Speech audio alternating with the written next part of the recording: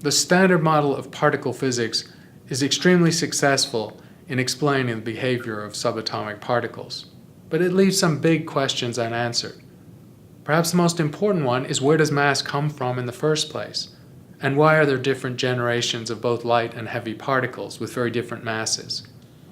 The proposal from the 1960s by Peter Higgs was a mechanism where mass is ascribed to all fundamental particles.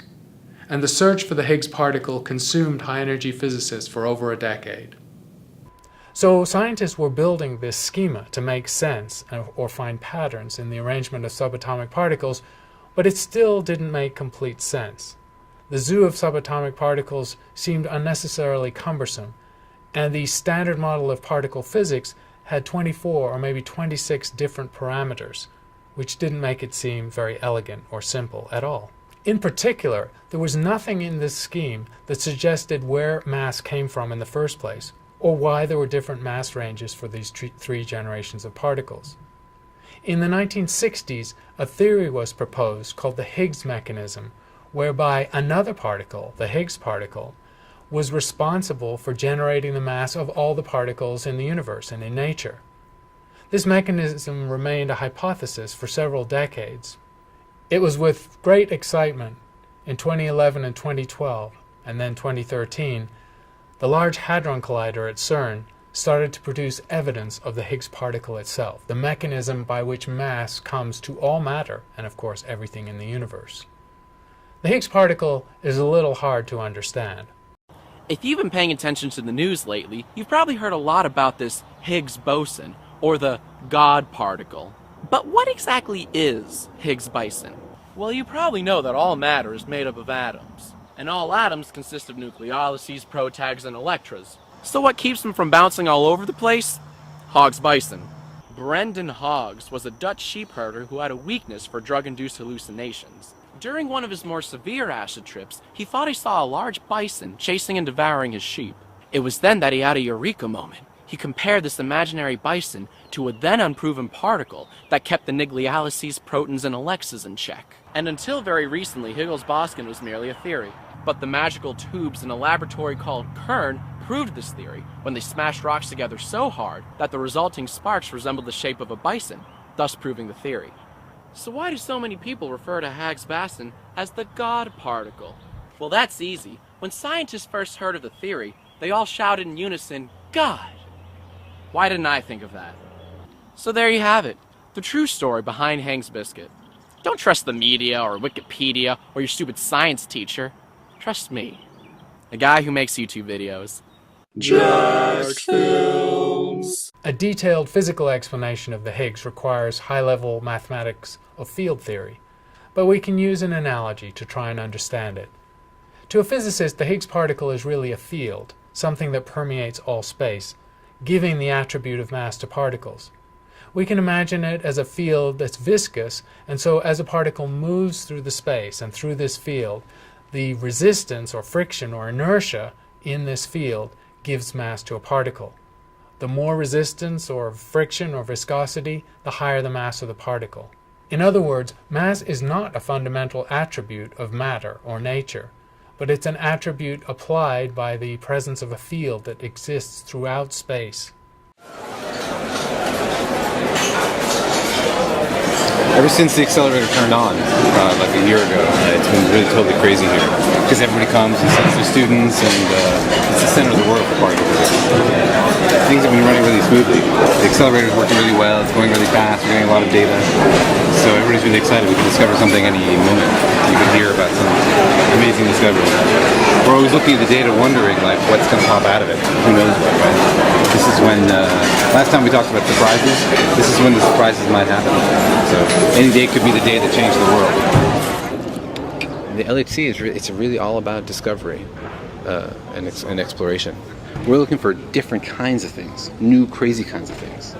I mean, to make up everyday matter, you only need the electron, the up quark, and the down quark. Because with the up quark and the down quark, you can make a proton, or you can make a neutron, right? Electrons and protons and neutrons, you can make any atom. So you only need these three. But there's, how many particles are there we've discovered? 12? Why did we have them? I don't know. How many are there? 100? A million? Only 12? We don't know. We're like looking at the tip of the iceberg here and wondering, is there a huge iceberg under the water, or is this it? And what does it mean in either way, right? We're looking for patterns. It's just like the periodic table. You take all the elements and you organize them by their characteristics, and they fall into categories. And these guys over here tend to behave one way. These guys tend to behave another way. Why? Because there's a fundamental underlying structure. And now we know it's just electron orbitals around nuclei. So we have a periodic table of the fundamental particles, and like the periodic table, we've been putting it together and trying to organize it by the characteristics of the particles. And it has some interesting features. It has patterns which suggest there must be some sort of underlying structure that we don't understand, but we haven't seen it yet. There's 6 quarks.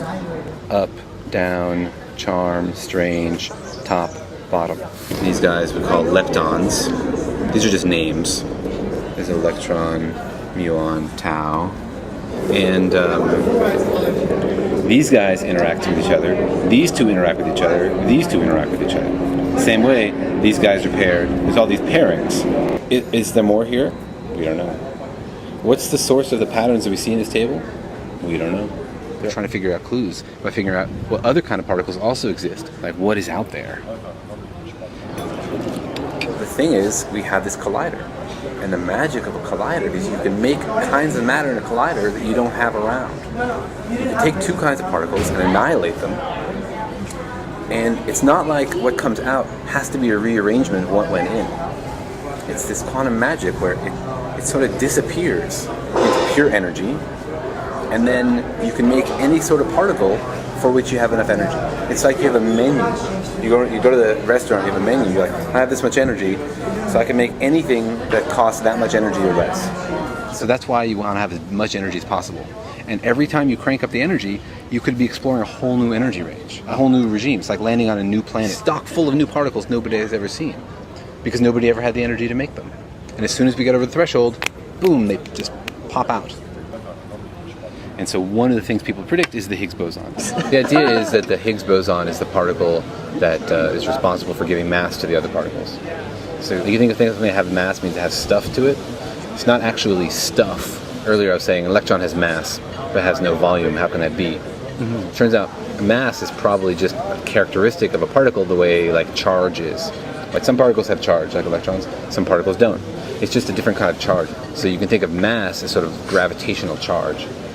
And when 2 things both have mass, they attract each other. Interestingly, you can't have negative mass or repulsive gravity. So gravity is different from other forces that way. The Higgs theory starts with this. Imagine a field that permeates the entire universe. And every particle feels this field, is affected by this field in different amounts. So some particles are really slowed down by interaction with this field, like swimming through molasses, and other particles hardly feel it. So the ones that hardly feel it, they have a small mass. The ones that are really affected by it, they couple strongly to this field, are slowed down a lot, they have a large mass. So you've turned the question of why do particles have different masses into a different question. Why do particles feel the Higgs field differently? But there is one manifestation of the field is the existence of this particle. So there's lots of different reactions that could give you the Higgs. For example, one is you could have 2 gluons that fuse, give you a Higgs boson, and the Higgs could decay into 2 bottom quarks. The problem is there's lots of other ways to make 2 bottom quarks. In fact, it's one of the most common things to make. You expect that to happen 1,000,000 times more often from other kinds of processes than from the Higgs. The thing is, we can't see these reactions. We can't like watch them and slow them down, reverse them. All we can do is see the reaction, the decay products from the reaction.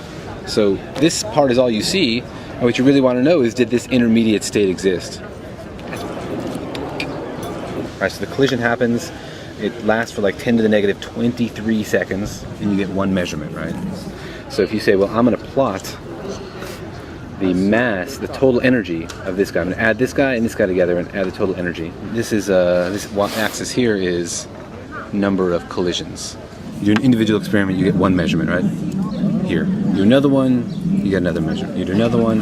Eventually you build up your data, right? And the data looks like this, for example. And then you have 2 theories, right, that predict the data. One says, well, I'm going to predict there's no Higgs boson, so the data should fall along this line. And the other is I'm going to predict that plus a Higgs boson. And the problem is The difference between these two theories is very small. And so it's very hard to distinguish these two with our data because the predicted effect is tiny, right? If the predicted effect were huge, it'd be very easy to tell the difference between with Higgs boson or not with Higgs boson.